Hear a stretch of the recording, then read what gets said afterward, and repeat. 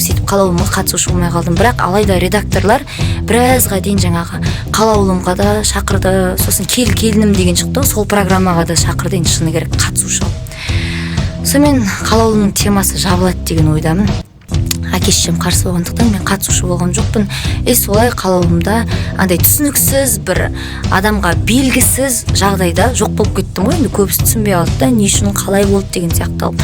Міне осы әкем рұқсат бермегендіктен мен әрі қарай қалаулымда қала алмадым. Сонымен қалаулымның жыры бітсін, достар. Енді қалаулымнан кеткеннен кейін шыны керек Инстаграмда жайлап түсіне бастадым.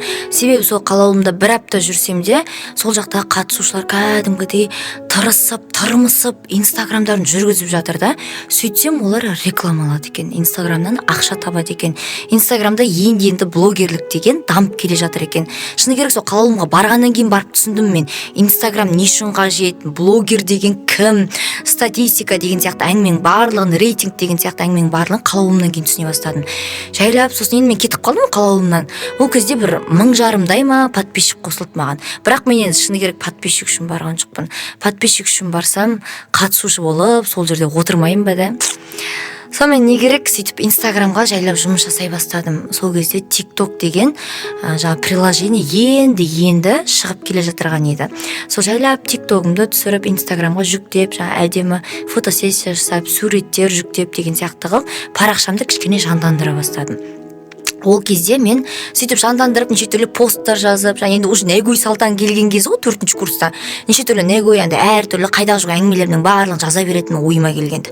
Еще сол кезде мен пост жазғанмын да, мен қазір типа блогер Салтанатпын, бұйырса мен шынымен де блогер Салтанат болам деп жазыппын. Сол постымды оқып, шыны керек жақында да өзім оқыдым да, кәдімгідей андай, сол кезде бір нәрсені білгендей жазыппын ғой деп ойлап қалдым өзім. Адам негізі не ойласа, не айтса, сол орындалады екен. Егер соған мақсат қойып, кәдімгідей нық қадам басатын болсаң әрине. Сонымен сөйтіп Инстаграмда ол кезде қалаулымнан кеткеннен кейін 10 000-дай адамды жинадым әйтеуір. Бірдеңе алып, үйтіп. Басында енді 3500-дей адам болды. Содан кейін суреттер салып, пост жазып деген сияқты алып 10 000-ға дейін жеткіздім. Сонымен не керек, 2018 жыл.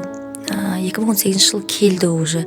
Жаңа жылды тойлап болғаннан кейін январдың кезі ғой сол.